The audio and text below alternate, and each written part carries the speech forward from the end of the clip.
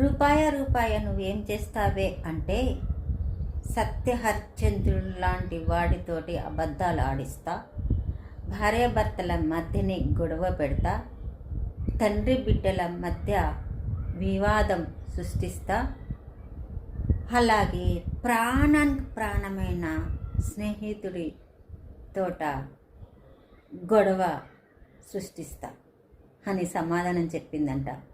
నిజమే కదా. ఈ డబ్బు సంపాదిస్తే ఒక బాధ, సంపాదించకపోతే ఇంకొక బాధ సంపాదించకపోతేనే హ్యాపీ. ఎందుకంటావా, ఆ రోజు సంపాదన ఆ రోజు తెచ్చుకొని తినేవాడు చాలా ఆరోగ్యంగా చాలా హ్యాపీగా ఉంటున్నారు. ఏ గొడవలు లేవు. ఆ రోజు సంపాదించుకొచ్చుకున్నామా, తిన్నామా, ఆ రోజు ఖర్చుల వరకు తీసుకున్నామా, బతికమ్మా, మళ్ళీ తెల్లారి పొద్దున్నే పని పోయినా తెచ్చుకున్నామా, అలాంటి వాళ్ళు బాగుంది. ఈ రోజులల్లో డబ్బు ఎక్కువైనా కష్టమేముంది. అస్సలు మధ్య రకంలో ఉంటారు చూడండి, అలాంటి వాళ్ళ జీవితం అయితే మరీ ఘోరాతి ఘోరంగా తయారైంది. అలా అని కింది స్థాయిలో ఉండలేరు, అలా అని పై స్థాయికి ఉండలేరు.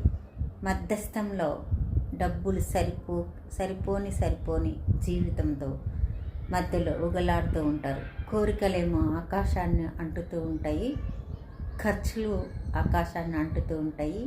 మన సంపాదన మాత్రం మన ఇల్లు కిరాయి కట్టి మినిమం మనం వేసుకునే బట్టలు, తినే తిండి వరకే వెళ్తుంది ఇప్పుడున్న పరిస్థితుల్లో.